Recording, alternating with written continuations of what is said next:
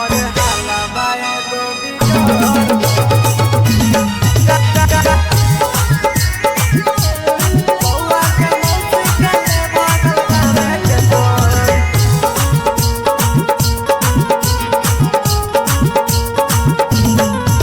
अरे सुनी दारोगा जी लिखी रिपोर्ट जी दिलवा पा हमर लागल है चोट जी।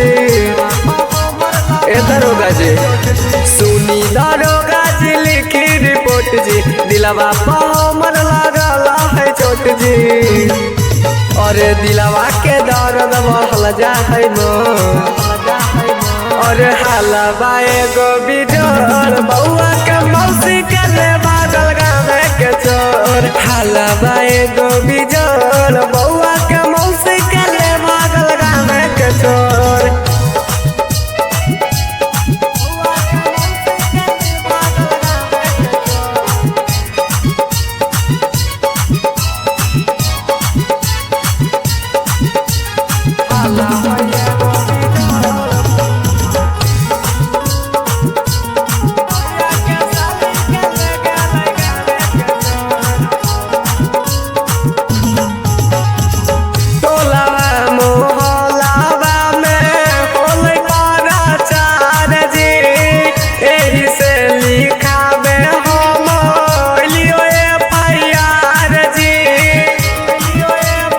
दारोगा जी टोलावा मोहल्लावा में होले पराचार जी एही से लिखाबे हम लियो एफआईआर जी।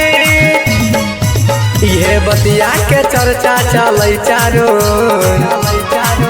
और हाला बाए गोभी जोर बउआ के मौसी के ले गेलै गाँव के चोर। हाला है गोभी जोर बउआ के मौसी के ले गेलै गाँव के चोर।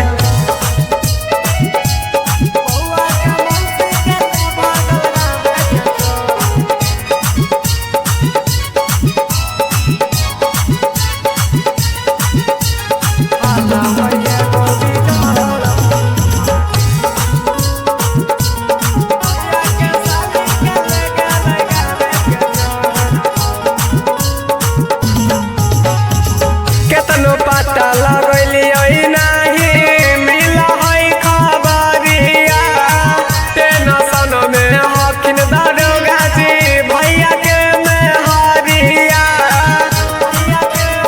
ए दारोगा जी केतनो पता लगलियो नाही मिल है खबरिया टेंशन में हकिन दारोगा जी भैया के मेहरिया।